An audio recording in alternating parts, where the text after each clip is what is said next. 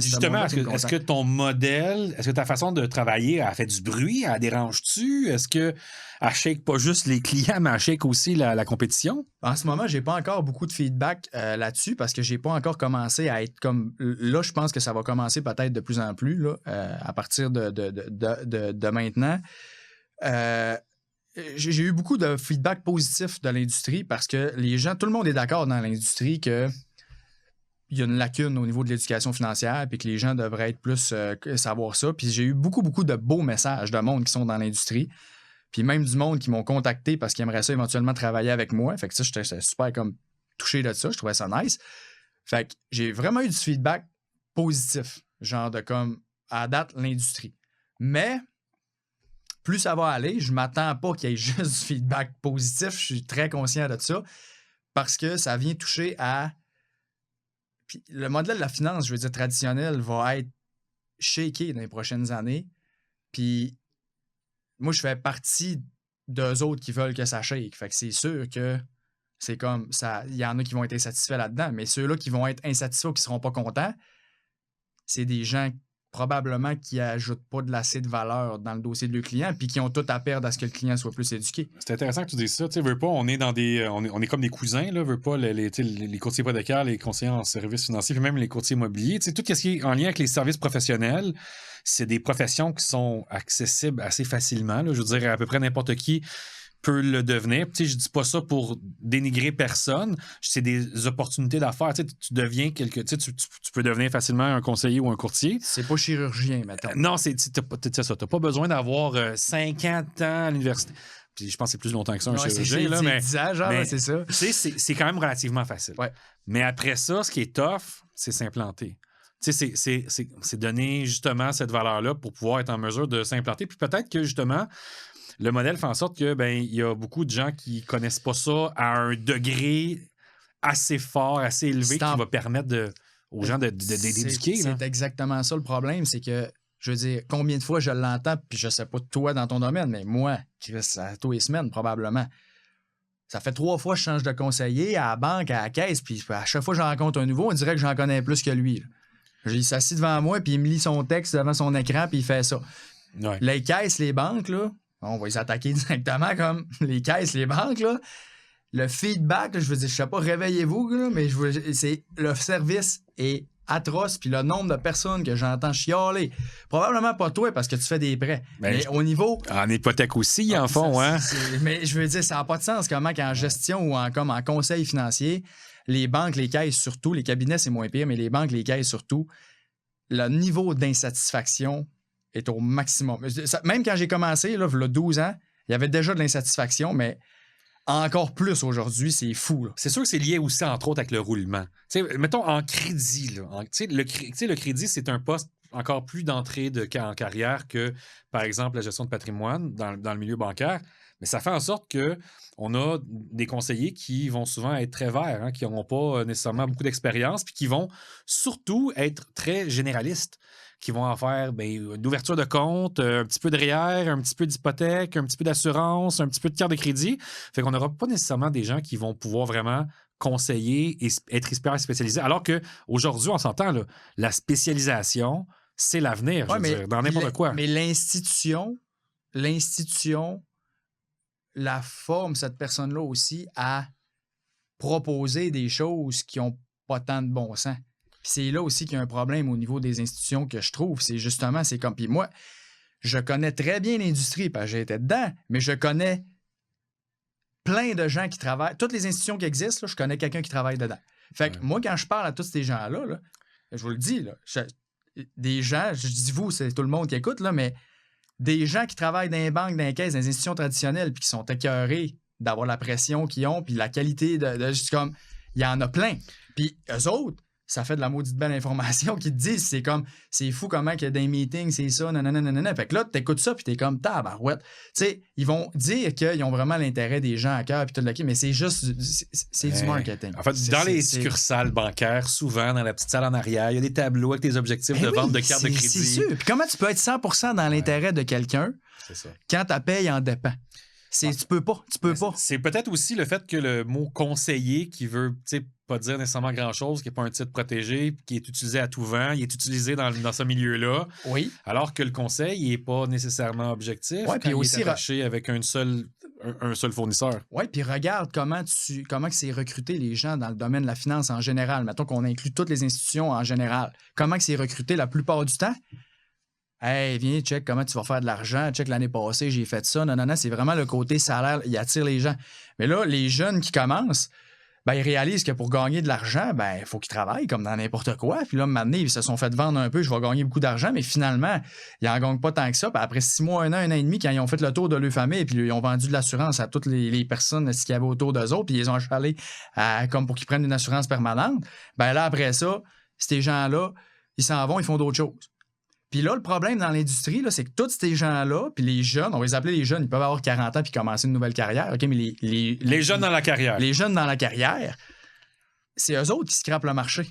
Puis c'est eux autres qui font que le monde sont tannés du monde de la finance. Puis les bonnes personnes en finance, parce qu'on s'entend, il y en a dans n'importe quelle institution, les banques, les caisses, les cabinets, il y a du bon monde partout. Il y en a du moins bon, puis il y en a du moins compétent, mais il y en a du bon.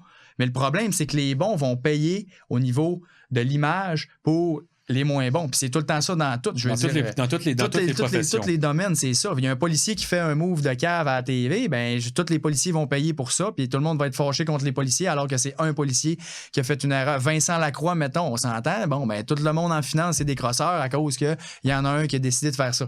Mais c'est comme... Fait que les gens sont tannés du domaine de la finance, sont tannés, mettons, des produits d'assurance ou des fonds communs parce qu'ils ont tellement eu un niveau de service puis de conseil mauvais depuis des années, parce que les institutions ont engagé et ont formé des gens pour proposer ça de cette façon-là, puis ils n'ont pas gardé le monde parce qu'ils ont mal recruté, ils ont mal coaché, puis là, ben, ça a brûlé le marché. C'est drôle parce que j'ai comme l'impression qu'on parle on parle depuis tantôt c'est comme si on voulait démocratiser un peu la finance, la rendre accessible, la rendre, dans un langage qui est clair, tu t'exprimes super clairement, tu n'es pas en train d'essayer d'utiliser les termes techniques, je pense que peut-être que dans ces industries-là, il y a comme le jargon trop technique qui fait en sorte que ça perd le monde. Tu l'as dit. Pourquoi la finance, c'est-tu plate? Tu me l'as demandé tantôt. Ouais. C'est plate parce que les gens qui travaillent en finance parlent comme si le client, c'était son égal en termes de connaissances. Tu peux pas parler à quelqu'un qui commence avec ton jargon de gars qui a étudié là-dedans, puis ça fait 12 ans qu'il travaille dans le domaine. Il faut que tu t'amènes à son niveau de connaissance, puis tu y exprimes comme si c'était un enfant de 6 ans pour qu'il comprenne. Parce que c'est là qu'il va catcher des affaires. C'est sûr qu'il y a plein de monde qui se sont fait brûler aussi parce qu'ils comprennent juste pas, parce qu'ils se font pas parler d'un langage qu'ils comprennent.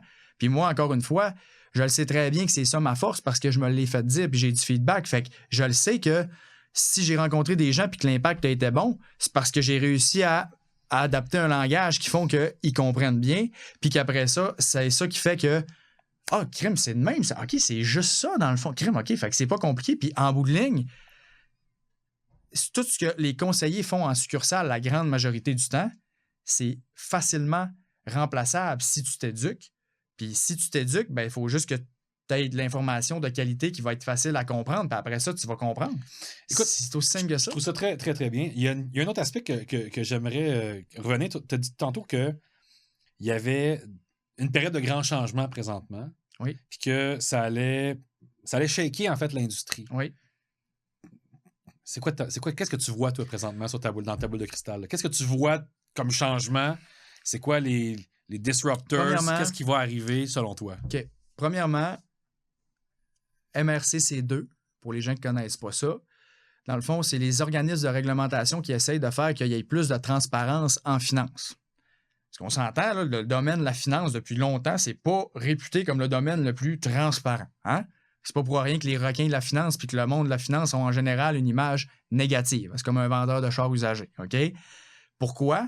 Parce qu'ils sont souvent pas transparents. Les organismes de réglementation essayent de faire que ça soit plus transparent. Et là, il y a eu le MRC-C2 qui était fait comme en 2017 ou 2018 dans ce coin-là, que là, les institutions n'avaient pas le choix de déclarer une partie de leurs frais. Parce qu'avant ça, là, les frais de gestion, 2 2,5 là, tu le voyais pas. Là. Ça me rappelle les pénalités hypothécaires.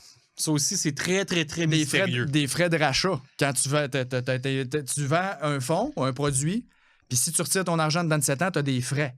tu as une pénalité. Ouais. Parce que ça donne plus de commissions sur le coup, mettons. Fait que tu as tout ça. Fait que genre, mais ça n'existe plus. Ça existe, mais il y en a vraiment quasiment plus. Là. Mais bref, on s'entend que le domaine de la finance, là, je veux dire, avant MRC-C2, les frais, il n'y avait aucune obligation de déclarer rien. Fait que les gens, combien de gens encore aujourd'hui pensent qu'ils ne payent pas de frais en ce moment? Ou que, c'est 1%. Moi, j'ai posé la question à tous les gens que je rencontre, tous les gens que je rencontre qui me contactent, là, je lui pose tout le temps la question, même si je ne fais pas de consultation avec eux autres, je lui pose tout le temps la question. Est-ce que tu sais, en dollars, combien tu payes en ce moment pour tes produits financiers? Puis tout ce que tu as. J'ai 0 personne qui était capable de me dire exactement, oui, je paye tant. J'ai aucun. 0. Puis j'ai rencontré du monde qui ont 3, 4, 5, 6, 7 millions. Ils savent que c'est 1,1%, 0,8, mais ils sont pas capables de me dire en dollars. C'est drôle parce que moi, en fait, là-dessus, j'ai une autre anecdote. La plupart du monde, quand ils magasinent un prêt hypothécaire, le taux d'intérêt, c'est juste ça qui compte. Il n'y a rien d'autre qui compte. Au début, au début de la relation, il y a juste le taux d'intérêt qui compte. Puis après ça, on creuse, puis finalement, le taux hypothécaire devient secondaire par rapport à la mise en place d'une situation optimale pour la gestion des passifs. Mais tu poses la question 2 mois plus tard. C'est quoi ton taux d'intérêt? Puis la plupart du monde, ils ne le savent pas. Tu poses la question à des gens qui viennent de s'acheter un auto. C'est quoi ton taux d'intérêt sur une auto? La plupart du monde, c'est entre 4 et 6. Attends un peu, quand tu négociais, c'était vraiment important. Mais on a tendance, en tant qu'humain, à oublier ce genre de détails-là. C'est quoi tes avenants que toi, si tu n'as pas les assurances habitation? Hey, Colin ne le sait pas. Tu sais, on a une ignorance parce qu'il y a peut-être des choses qui ne nous passionnent pas suffisamment. Mais c'est une maudite bonne question à poser. Mais absolument, parce qu'en plus, je veux dire, on s'entend, là, c'est la pause du siècle. Je veux dire, pense-y. Tu es un entrepreneur, tu es un gars d'affaires, pense-y. Okay? Ton modèle d'affaires, là, ton client paye des milliers, des dizaines de milliers de dollars par année, dépendamment de l'argent qu'il a. Il ne sait pas combien ça y coûte. Il est content, même si tu as rencontré juste une demi-heure. Puis il renouvelle à chaque année. Puis il y a une loyauté. Parce que les gens ne veulent pas souvent veulent pas changer. Les institutions financières, souvent, vont jouer là-dessus. Là. Tu es un client vert depuis 30 ans, puis j'ai pas le goût de changer. Le changement peut rendre certains incertains, puis unsafe. On ne se sent pas bien de changer de banque ou de gestionnaire de patrimoine. Ça se peut, ça aussi. C'est un phénomène très naturel que les humains vont avoir de ne pas vouloir avoir du changement. Ils misent là-dessus. Puis c'est pour ça que je te dis, l'industrie de la finance, en général, a tous les outils pour avoir le gros bout du bâton, puis c'est ça qui arrive depuis tout le temps. Fait que là, le seul point clé, encore une fois, c'est quoi? L'éducation. Si tu éduques les gens, au moins, ils vont savoir combien ils payent, puis ils vont être en mesure d'évaluer s'ils en ont pour leur argent. Parce que quand tu dis « Crime, ça m'a coûté 17 000 », qu'est-ce qu'il a fait, mon conseiller, 17 000 cette année? On s'est rencontré une demi-heure, il m'a parlé 10 minutes de déplacement, puis après ça, on a parlé 20 minutes de pêche, puis ça a été fini. Fait que si tu juges que pour 17 000 tu en as eu pour ton argent, ça, c'est libre à toi, ça t'appartient, c'est bien correct. Mais si tu juges que finalement, comme crime, ça fait peut-être cher de la rencontre pour ce que j'ai, si tu ne le sais pas combien tu payes, comment tu peux évaluer si tu en as pour ton argent? Fait que moi, c'est tout le temps ça que je dis aux clients. C'est comme là, c'est pourquoi je te pose cette question-là, c'est parce que je savais que tu n'allais pas être capable de me le dire. Puis si tu ne sais pas combien tu payes, comment tu peux savoir si tu en as pour ton argent? Fait que moi, je suis là pour te dire, voici combien tu payes. Fait que là, je dis, puis c'est comme, voici le montant pour que tu puisses juger si tu en as pour ton argent. J'ai dit, dans quoi d'autre dans la vie, là, ça te coûterait 17 000 puis que tu le saurais pas? J'ai dit, dis-moi les. Comme, il n'y a rien. Est-ce que. Parce que là, moi, ça m'amène une tonne de questions. Il faudrait que je finisse aussi ta question que tu m'as demandé. Vas-y, puis comme tu veux. Allez, vas-y. Parce que tu me posais, c'est quoi les changements? Là, c'est pour ça que je fais le détour avec les frais, OK? Parce que là, ça, c'était la passe avant MRC-C2, OK? Fait que là, on s'entend, là, les clients, ça leur coûte 10, 15, 20 000, ils le savent pas, puis comme eux autres, ils pensent qu'ils ne payent pas de frais. Ça, c'était ça avant. MRC-C2, là, à cette heure, tu vois ton frais, mais en dollars. Mais ton frais de conseil seulement. Puis ça, les gens, souvent, ne le savent pas. Ah ouais, ça me coûte 1%. Comme t'as peu. 1%, c'est ton frais de conseil que tu as, ton honoraire qui est chargé. Tu vas voir ça, c'est beau. Mais si ton conseiller t'a mis des fonds communs qui coûtent 0,96 de frais, on va arrondir à 1%, c'est 1% de frais de conseil plus 1% de frais de produit que ça te coûte au total. Fait que c'est 2%. Fait que si, mettons, tu as 1 million qui est tout là-dedans, ben c'est 20 000 que ça te coûte, c'est pas 10 000. Mais le client, sur son relevé, il voit 10 000. Fait que ta voiture en passe, là, comment que n'importe qui peut penser qu'il paye 10 000, mais en bout de ligne, il y a un autre frais invisible qui est le frais de produit qui coûte la même affaire des fois plus. Puis des fois un peu moins, mais bref, s'il y a un autre frais qui est là et qu'on ne voit pas. Mais ça, les gens ne le savent pas. Parce que moi, combien de fois, ah oui, c'est 1 oui, je sais, c'est 1 c'est marqué. Oui, oui, ton frais de conseil. Maintenant, qu'est-ce que tu as comme produit? Ah, tu as des actions individuelles. Ah, OK, effectivement, bon, tu n'as pas de frais supplémentaires. OK, c'est vraiment 1 Mais la plupart du temps, ils ont des fonds communs ou des produits, puis tout, puis ils ont des frais sur chaque produit. Fait que là, il faut que tu calcules le frais total. Fait que ça, la partie frais de produit, tu la vois pas en ce moment. Mais à partir de l'année prochaine, 2027, MRCC3, tous les frais vont être déclarés en dollars sur les relevés. Donc, c'est pas compliqué. L'industrie de la finance, avec toute l'éducation que les gens commencent à obtenir à cause des réseaux, avec les livres qui sont disponibles, mais que tout ça qui se fait, je veux dire, les frais de gestion vont être coupés en deux éventuellement. Si tu m'as demandé une prédiction tantôt, je veux dire, le domaine de la finance ne peut pas continuer à charger des frais aussi chers pour aussi peu de valeur ajoutée. Donc, c'est sûr que pour quelqu'un qui, en ce moment, gère 100 millions d'actifs, pour avoir la même paye, il va falloir qu'il gère 200 millions d'actifs. Ça, c'est ma première prédiction qui va arriver éventuellement. Je t'amène une sous-question à cette première prédiction-là. Vas-y. L'aspect d'autonomie. Tu sais, dans le fond, forcément, il y a de plus en plus de gens qui suivent tes conseils, deviennent de plus en plus autonomes, qui prennent un peu comme, j'allais dire, ils prennent leur propre vie financière en main, là, d'une certaine façon. Ouais. Là. Est-ce que ces gens-là vont avoir suffisamment d'éducation en suivant, par exemple, des gars comme toi? Est-ce qu'ils vont avoir, pour gérer leurs finances, est-ce qu'ils vont être en mesure de garder, ils vont avoir leur avenir financier entre leurs mains? Je te rappelle, ramène un point que je t'ai dit tantôt quand tu m'avais posé la question. Je montre aux gens comment bien s'entourer. Okay. Donc, je ne dis pas, c'est pas parce que c'est pas une isolation. C'est pas parce que je te dis, mettons, exemple, voici tes options pour gérer tes affaires autonomes, puis que tu gères tes affaires de façon autonome parce que tu juges que c'est la meilleure option, mettons, pour toi, que je te dis, ne reçois plus jamais aucun conseil et ne demande plus l'avis de aucun expert de la finance du reste de ta vie. C'est pas ça que je dis. Je dis juste que tu n'es pas obligé de le payer en pourcentage 20 000 par année, ce professionnel-là. Il n'y en a pas beaucoup en ce moment. Il va en avoir de plus en plus éventuellement. Deuxième prédiction, le modèle de la finance va évoluer dans les prochaines années. Puis il va y avoir de moins en moins de pourcentage, puis ça va plus être du fee-only ou des montants forfaitaires pour des rencontres des honoraires, des honoraires. Mais ce qui est théoriquement un planificateur financier, c'est pas ça à la base aussi? Oui, mais tout le monde est rémunéré avec les produits au Québec, c'est pour ça. Si tu appelles, tu demandes un plan de fin à honoraire. Faire un plan à l'heure, là. Bonne chance. C'est pas pour rien que j'ai beaucoup de demandes en ce moment. C'est parce qu'au Québec, il n'y en a quasiment pas. OK? Donc, ça, deuxième prédiction, beaucoup plus de services qui vont être offerts à l'heure où. Parce que là, l'autre part de la finance, là, tu dis honoraire. La banque, elle va dire, ben oui, on charge des honoraires parce que c'est marqué honoraire dessus. Oui, mais ton honoraire, c'est un pourcentage du montant de l'actif. C'est juste le mot que tu as marqué honoraire, mais c'est un pourcentage pareil. Tu comprends? Fait que là, les gens pensent qu'ils payent des honoraires. Parce qu'ils vont lire dans les livres, t'es mieux de trouver un conseiller honoraire. Ah, nous autres, on est correct, on est en honoraire. Oui, mais ton honoraire, c'est 1 pareil d'1 million, tu comprends? C'est comme, il est là le problème. C'est pas 1000$ one shot, tu avais juste besoin d'une heure ou deux ou trois, c'est comme c'est fini après. C'est un pourcentage à chaque année, c'est ça le problème. OK? Fait qu'il faut faire attention. Honoraire, moi, je parle vraiment honoraire fee-only ou un montant comme t'as pas de produit, t'as pas de vente de produit. T'as vraiment juste comme. T'achètes du temps. T'achètes du temps. Comme n'importe quel autre professionnel. Un avocat. Comptable, avocat, fiscaliste, tout le monde. Le seul professionnel qui est payé à pourcentage dans tout ce qu'on vient de dire là, c'est le gars de finance. La personne qui gère les actifs. C'est le seul. Qui bâtit un book, puis c'est le book qui a la valeur totale. Tout le reste, c'est des honoraires. OK? Puis, fait que MRC-C3, les frais vont être déclarés au complet. Fait que ça, c'est game changer. Parce que là, tu ne pourras plus te cacher une partie. Puis là, c'est comme là, tout va être déclaré. Puis, je pense que là où ça va fesser le plus, mettons, troisième prédiction, c'est dans les produits d'assurance.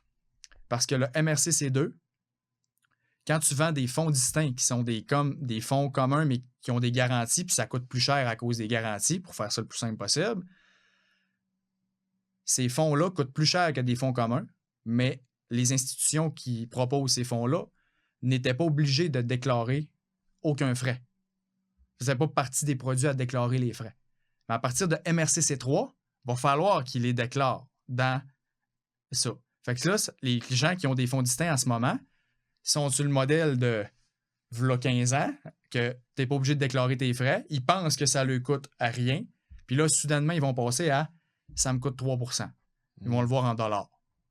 Ça, c'est des claques d'en face là, pour le client qui ne sait pas comment le modèle fonctionne. Ça va faire mal. Fait que pour ça, je te dis, troisième prédiction, je pense qu'il y a bien des cabinets puis des représentants d'assurance qui vont trouver ça plate les prochaines années s'ils n'ont pas fait une bonne job. Ça va faire fuir la clientèle, mettons, du modèle traditionnel vers un autre modèle. Est-ce que la place, ça peut être prise par les IA de ce monde, les robots conseillers qui s'en viennent? Est-ce que l'intelligence artificielle va donner, tu sais, Will Suffolk qui était quand même un pionnier d'une certaine façon, mais est-ce que tu vois plus de place pour l'intelligence artificielle? Les professionnels avec l'intelligence artificielle, je te dirais, mettons, qui vont pouvoir vraiment avoir des calculs ou des données vraiment très précises, mais en finance, puis surtout au Québec, je veux dire, on est encore loin où ce que quelqu'un, mettons, va juste se fier à 100%, mettons, à juste une intelligence artificielle. Encore loin. Je veux dire, ça peut être à quelques années parce qu'ils vont devenir très forts. Fait qu'éventuellement, oui, je veux dire, toute une intelligence artificielle va pouvoir le faire, mais je pense qu'un contact humain va toujours quand même être, surtout pour le côté argent, comme de juste avoir quelqu'un qui est juste là pour rassurer, être sûr que tout est beau. Mettons, puis oui, l'intelligence artificielle va prendre de plus en plus de place. Fait que c'est pour ça que je pense qu'il y a bien des conseillers qui n'auront plus de job parce que l'intelligence va pouvoir remplacer bien des choses. Mais les bons conseillers qui vont bien utiliser l'intelligence artificielle vont juste être encore des meilleurs conseillers. Puis c'est quoi un bon conseiller? Parce que là, tu veux pas que tu m'ouvres la porte. C'est quoi un bon conseiller? Quelqu'un qui éduque. Quelqu'un qui est vraiment là pour t'apprendre des choses puis faire en sorte que à chaque fois que tu fais une rencontre, tu ressors avec de quoi, tu sais, que t'es comme crime, je savais pas ça ou que j'ai appris de quoi, tu sais. Fait que c'est quelqu'un qui est là puis qui va plus loin, qui va au-devant, tu sais, qui est comme, qui offre le plus de value qu'il peut, tu sais. Qui est pas en train de checker comme là, bon, ben, on a une demi-heure puis on fait ça une demi-heure, tu sais, c'est comme... Puis quelqu'un que tu le sens qui est là pour toi, tu sais, puis qui veut t'éduquer. Puis ça, là, j'en vois beaucoup des gens qui ont ce souci d'éducation-là dans le domaine de la finance. Puis souvent, c'est des gens qui sont plus, justement parce qu'ils ont ce souci-là, des fois, ils ont moins le côté entrepreneur ou le côté comme vraiment, tu sais, cocky ou comme charisme ou tout ça. Mais quand ils sont avec un client, ils sont vraiment bons. Mais aller chercher des clients, mettons, tu sais, ils n'aiment pas ça. Mais il y en a plein des perles dans le domaine de la finance qui sont vraiment bons avec des clients, mais c'est pas eux autres qu'on voit parce que justement, ils n'aiment pas ça, mettons, s'exposer ou ci ou ça. Puis c'est pas eux autres qui ont le spotlight dans les institutions parce que c'est pas eux autres, mettons, qui amènent les chiffres. Mais tu demandes, mettons, un sondage de satisfaction client. Puis ça va être ces conseillers-là qui sortiraient en termes de tabarouette qui prend le temps. Puis on sent qu'il veut vraiment m'aider. Puis comme, OK, il y en a. Il y en a, c'est juste que le problème, c'est qu'on on les voit pas. Puis le modèle de la finance... Tu parles de profil de personnalité. C'est ça qui c'est intéressant parce que veux pas, comme les industries des services professionnels, c'est des places pour ambitieux aussi d'une certaine... Tu sais, quelqu'un qui arrive là-dedans, c'est parce que c'est quelqu'un qui a de l'ambition, c'est quelqu'un qui veut performer parce qu'il y a une responsabilité de performer. Là. Je veux dire, t'es pas pris dans une job où est-ce que tu vas monter peu importe ce qui arrive. Donc forcément, ça attire peut-être davantage un certain type de personnalité. Absolument. Puis tout ce que tu m'as dit depuis tantôt, tu m'as dit, ben, attends un peu, là, les qualités qui font un bon conseiller en sécurité financière, ou je peux dire la même chose, un bon conseiller hypothécaire, mais c'est quelqu'un qui veut éduquer. C'est quelqu'un qui veut montrer des trucs. Puis forcément, ben là, il y aurait tout le reste des qualités humaines. C'est quelqu'un qui veut s'intéresser à l'autre pour de vrai. C'est quelqu'un qui va écouter pour de vrai. C'est quelqu'un qui va prendre le temps de comprendre le client. Toutes les soft skills, on va dire, c'est tout ça, tu sais, que genre un bon conseiller, normalement, va avoir tout, parce que, comme on l'a dit, la finance, l'argent, le côté mathématique, c'est 20% à peu près.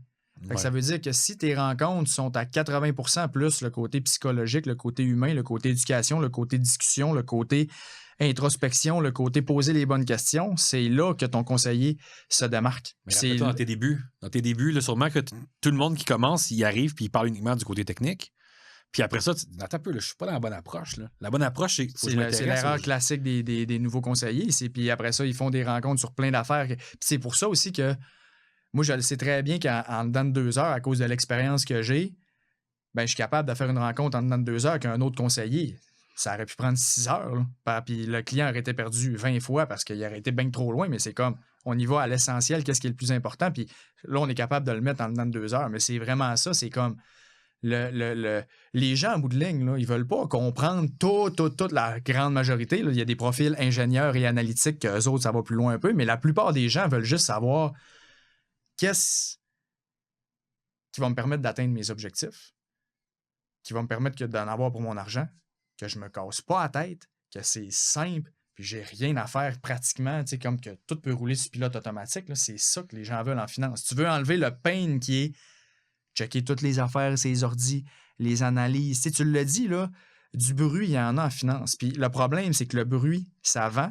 Puis c'est ça, c'est ce bruit-là qui fait que l'industrie de la finance est aussi forte. C'est parce qu'il a réussi à faire croire aux gens que c'est compliqué à un point que, hey, ça prend juste un gars qui a fait une maîtrise puis un doctorat en fiscalité pour pouvoir gérer tes affaires. C'est comme, hey, ça te prend ce gars-là, tu comprends? Comme tu n'as pas le choix. Alors que c'est pas la réalité du tout.